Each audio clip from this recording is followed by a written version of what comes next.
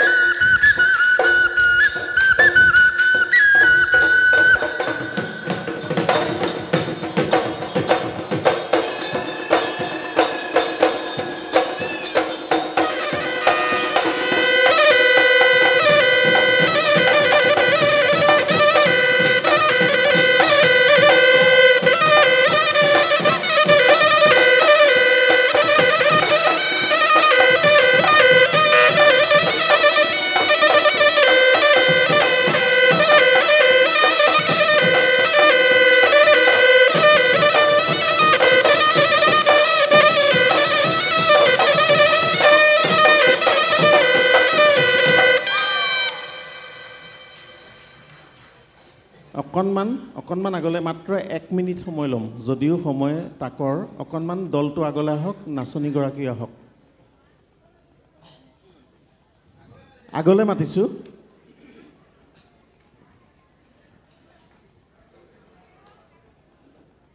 নমস্কাৰ জনাইছোঁ সবলৈকে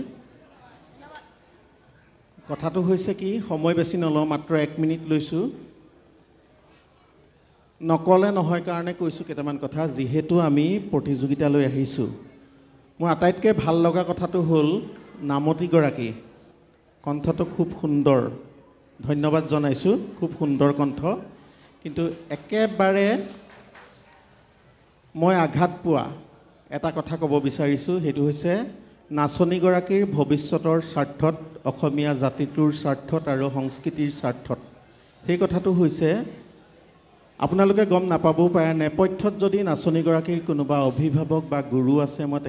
তেখেতসকলক ক'ব বিচাৰিছোঁ যিহেতু বহাগ মাহ খোপাত বতৰৰ ফুল আমি খুব চাওঁ এই কথাষাৰ মই খুব আঘাত পাইছোঁ বহাগ মাহত গছৰ ডালত ফুলেৰে ভৰি আছে